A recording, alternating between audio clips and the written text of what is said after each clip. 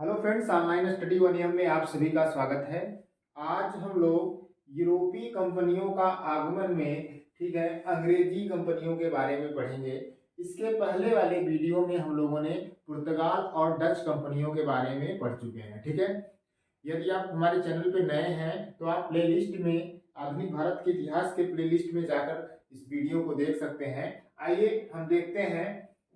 देखिए, अंग्रेजों ने 1599 में जो है governor and company of merchant of London trading into the east Indies नामक एक कंपनी की स्थापना किया। ठीक है, और महारानी एलिजाबेथ प्रथम ने जो है 31 दिसंबर 1600 को इसे पूर्वी देशों के साथ पूर्वी देशों के साथ व्यापार करने का एकाधिकार दिया। कितने वर्ष के लिए? 15 वर्षों के लिए। ठीक है, महारानी एलिजाबेथ प्रथम ने governor and company of merchant of London trading into the east Indies company को जो है 15 वर्षों के लिए पूर्वी देशों के साथ व्यापार करने का एकाधिकार दिया।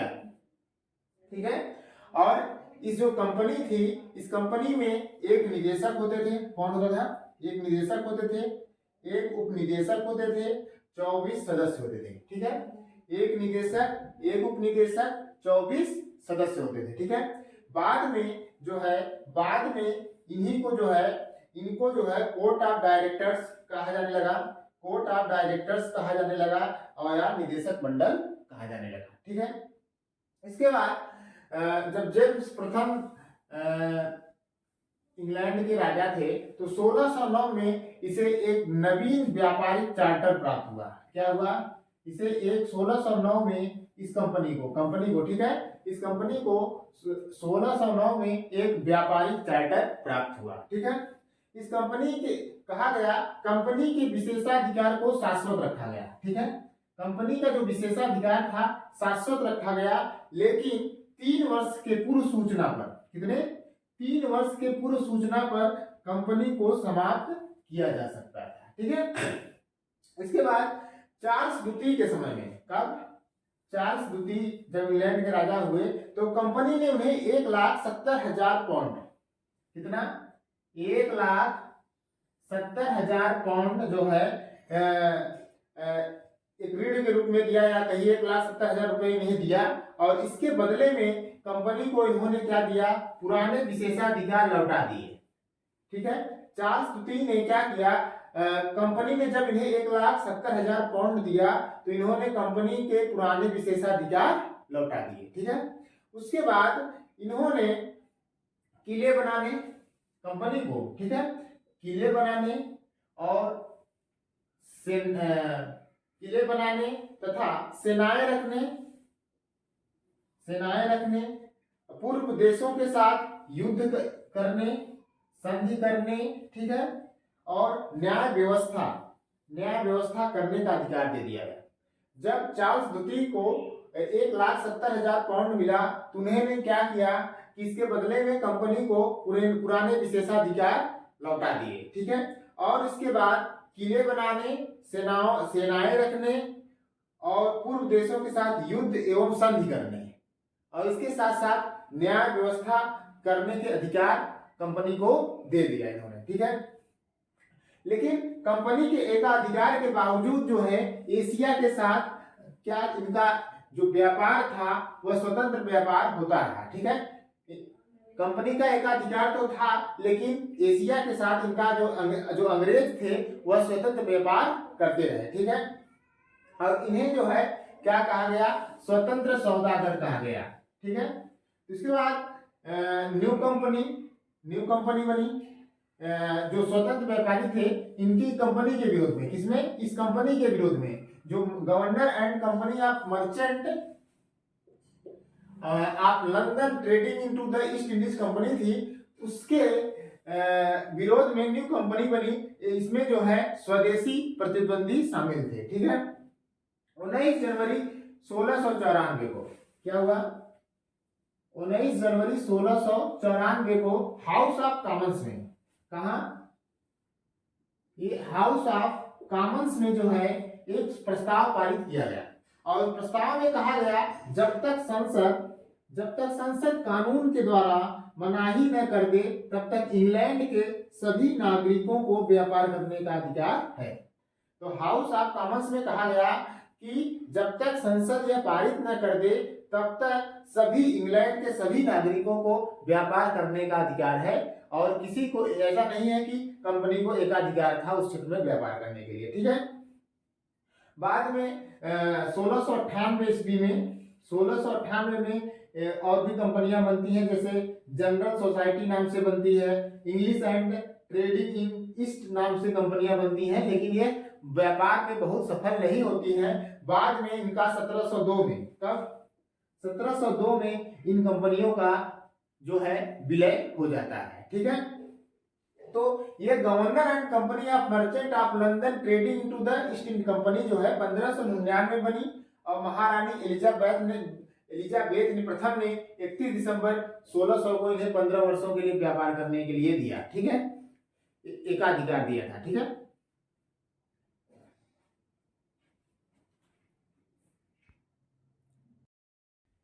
जो अंग्रेज थे, अंग्रेज व्यापारिक कोठियों का जो बनाने का जो पहला प्रयास हुआ, कोठियां बनाने का जो पहला प्रयास हुआ 1608 में हुआ। ठीक है। कैप्टन हॉकिंस के नेतृत्व में, किसके नेतृत्व में? कैप्टन हॉकिंस के नेतृत्व में हेक्टर नामक पहला अंग्रेज जहाज जो था, पहला अंग्रेज जहाज जो है कहाँ आके रुका? 1608 ईस्वी में सूरत के बंदरगाह पर। ठीक है। सूरत के बंदरगाह पर 1608 ईस्वी में कैप्टन हॉकिंस के नेतृत्व में हेक्टर नामक पहला जहाज 1608 ईस्वी में सूरत के बंदरगाह पे रुका। ठीक है। जो कैप्टन हॉकिंस था, याद रखिएगा, कैप्टन हॉकिंस कब आया? 1608 में आया। किस जहाज से आया था? हेक्टर नामक जहाज से आया था। देखिए ये क्वेश्चन बनता है, 1608 में आया और हेक्टर नामक जहाज, कभी कभी पूछता भी है कि किस जहाज से आया था, तो हेक्टर नामक जहाज से आया था। ठीक है। और किस बंदरगाह पे रुका? सूरत बंदरगाह पर रुका था। ठीक है। इसकी खासियत ये थी कि ये तुर्की भाषा बोल सकता था, ये तुर्की भाषा बोल सकता था, और अकबर के नाम से, ठीक है, अकबर के नाम से जेम्स प्रथम का पत्र लेकर यह जहांगीर के दरबार में आया। किसके दरबार में आया था? जहांगीर। याद रखिएगा, जो कैप्टन हॉकिंस था वह जहांगीर के दरबार में आया था। किसके नाम का पत्र लेके आया था? अकबर के नाम का पत्र लेके आया था, जेम्स प्रथम का पत्र था। ठीक है। और यह जहांगीर के दरबार में पहुंचा और फारसी भाषा में बातचीत किया। ठीक है। ये जब जहांगीर के दरबार में पहुंचता है तो वहां फारसी भाषा में बात करता है, और जहांगीर ने इसे 400 का मनसब दिया। कितने का? याद रखिएगा, जहांगीर ने कितने का मनसब इसको दिया? 400 का मनसब दिया। ये आपके एग्जाम में पूछता हमेशा है कि कैप्टन हॉकिंस जो है 1608 ईस्वी में हेक्टर नामक जहाज से सूरत बंदरगाह पे रुका। यह अकबर के नाम से जो है जेम्स प्रथम का पत्र लेकर जहांगीर के दरबार में आया, और जहांगीर से इसने फारसी भाषा में बातचीत किया। और इसके अलावा ये था कि जहांगीर ने इसे 400 का मनसब दिया। कितने का? 400 का मनसब दिया। और जो है फिर इसने कोठियां बनाने की अनुमति मांगी, लेकिन पुर्तगालियों ने विरोध किया, तो मुगलों ने इस चीज को वापस ले लिया। लेकिन जब 1611 में, कितने में? 1611 ईस्वी में स्वालल्ली में पुर्तगालियों के जहाजी बेड़ों को परास्त कर दिया। ठीक है। 1611 में स्वालल्ली में पुर्तगालियों के जो जहाजी बेड़े को परास्त कर दिया, तो अंग्रेजों को जो है कोठियां बनाने, यानी व्यापारिक कोठी बनाने की अनुमति दे दी गई। ठीक है। देखिए 1613 ईस्वी में सूरत में, कहा? सूरत में अस्थायी कारखाना बनाया गया। ठीक है। लेकिन इसके पहले जो है 1611 में मसूलीपट्टनम में अंग्रेजों ने एक व्यापारिक कोठी बना लिया था। ठीक है। लेकिन अस्थायी कारखाना कहाँ बनाया गया? 1613 में सूरत में। ठीक है। और 1611 में मसूलीपट्टनम में अंग्रेजों ने एक व्यापारिक कोठियां बना ली थी। ठीक है। 1626 में दूसरी व्यापारिक कोठी बनाई गई अरमा गांव में। कहा? अरमा गांव में 1626 में बनाया गया। 1632 में गोलकुंडा के जो सुल्तान थे उनसे सुनहला फरमान प्राप्त किया। क्या प्राप्त किया? सुनहला फरमान। कब प्राप्त किया? 1632 में। 1632 में गोलकुंडा के सुल्तान से सुनहला फरमान प्राप्त किया। ठीक है, अब देखिएगा 1639 में एक महत्वपूर्ण घटना है, याद रखिएगा। 1639 ईस्वी में फ्रांसिस डे, कौन? फ्रांसिस डे जो था, फ्रांसिस डे ने चंद्रगिरी के राजा, किसे? चंद्रगिरी के राजा से मद्रास को पट्टे पर लिया। ठीक है, 1639 ईस्वी में फ्रांसिस डे ने चंद्रगिरी के राजा से क्या लिया? मद्रास को पट्टे पर लिया और वहां किलाबंद कोठी बनाई। कौन बनाया? फ्रांसिस डे ने। फ्रांसिस डे ने जो है मद्रास को पट्टे से लिया, किससे? चंद्रगिरी के राजा से, और वहां पर एक किलाबंद कोठी बनाई और इसका नाम क्या रखा? इसका नाम रखा फोर्ट सेंट जॉर्ज। इसका नाम रखा फोर्ट सेंट जॉर्ज। ठीक है, फिर अब 1608 ईस्वी में आपका आया था कैप्टन हॉकिंस आया था, और 1615 ईस्वी में कौन आया? Thomas Roe.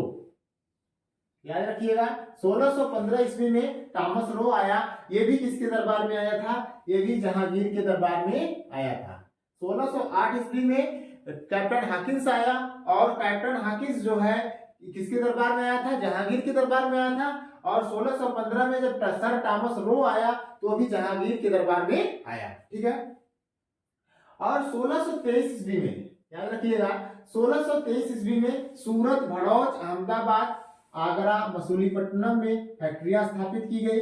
1661 में इंग्लैंड के राजा चार्ल्स द्वितीय का विवाह पुर्तगाली राजकुमारी कैथरीन के साथ हुआ। यह भी बहुत महत्वपूर्ण तथ्य है, ये आपके एग्जाम में पूछता है कि इंग्लैंड के राजा जो चार्ल्स द्वितीय थे, कौन? चार्ल्स द्वितीय। चार्ल्स द्वितीय का जो विवाह है पुर्तगाली राजकुमारी कैथरीन के साथ हुआ था, और उन्हें दहेज के रूप में क्या मिला? बंबई का द्वीप मिला।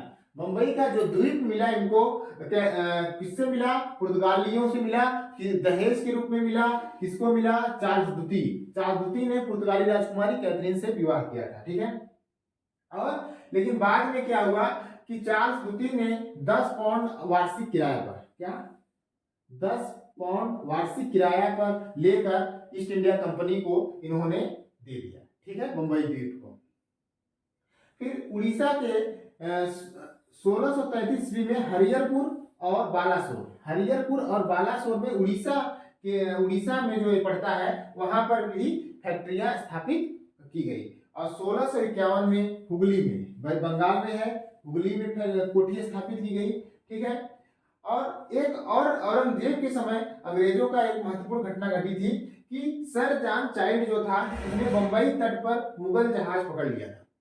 मुंबई तट पर मुगल जहाज को सर जॉन चाइल्ड ने पकड़ लिया था, और अपने जहाज को जो मक्का मदीना जा रहे थे मुसलमान, उनको पकड़ने के लिए भेजा। ठीक है, लेकिन औरंगजेब ने जब इसको पराजित कर दिया, औरंगजेब ने क्या किया? सर जॉन चाइल्ड को पराजित कर दिया, और जब सर जॉन चाइल्ड पराजित हो गया तो ये औरंगजेब से माफी मांग लिया, और माफी मांगने के साथ साथ उसने 1.5 लाख रुपए हर्जाना भी दिया। कितना? 1.5 लाख रुपए हर्जाना दिया। इसके आगे चलते हैं। अब हम देखेंगे बंगाल में अंग्रेजी शक्ति का विकास। देखिए, ठीक है, बंगाल में जो अंग्रेजी शक्ति थी, सब एक घटना घटी 1651 में। कब? 1651 में गैब्रियल बांटन, कौन था? गैब्रियल बांटन जो था बंगाल के सूबेदार शाह सुजा के साथ दरबारी चिकित्सक था। ठीक है, शाह सुजा के दरबार में क्या? एक डॉक्टर के रूप में था। ठीक है, और इसी के प्रयास से जो है 3,000 रुपए के वार्षिक कर के बदले में कंपनी को बंगाल, बिहार, उड़ीसा में मुक्त व्यापार करने की अनुमति मिल गई। ठीक है, कितने रुपए? 3,000 रुपए के वार्षिक कर के बदले कंपनी को बंगाल, बिहार, उड़ीसा में व्यापार करने की अनुमति मिल गई। ठीक है, एक घटना घटी 1686 ईस्वी में। 1686 में हुगली को जो है अंग्रेजों ने लूट लिया, लेकिन औरंगजेब के द्वारा ये पराजित हो गए थे। ठीक है, फिर बंगाल के सूबेदार जो थे अजीब उस खान ने 1698 ईस्वी में अंग्रेजों को सुतानाती, कलिकाता और गोविंदपुर नामक 3 गांवों की जमींदारी प्रदान कर दी। अजीब उस शाह जो था बंगाल का सूबेदार, उसने सूतानाती, कालीकाता और गोविंदपुर नामक 3 गांवों की जमींदारी प्रदान कर दी। बदले में गांव के मालिकों को केवल 1200 रुपए देने पड़े। ठीक है, और इसको किलाबंद किया गया। सूतानाती, कालीकाता, गोविंदपुर को किलाबंद करके एक नाम दिया गया जिसका नाम था फोर्ट विलियम। क्या नाम था इसका? Fort William. और यहाँ का पहला प्रेसिडेंट किसे बनाया गया? सर चार्ल्स आयर को। सर चार्ल्स आयर को यहाँ का प्रेसिडेंट बनाया गया। ये आज का हमारा अंग्रेज कंपनी का भारत में विस्तार कैसे हुआ आज हम लोगों ने पढ़े, और इसकी कोठियां कहाँ कहाँ थी, जितनी महत्वपूर्ण तथ्य थे हम लोग उस सारे तथ्यों को इस वीडियो के माध्यम से पढ़ चुके हैं। आपको कैसा लगा कमेंट करके आप हमको जरूर बताइएगा, शेयर करिएगा। धन्यवाद।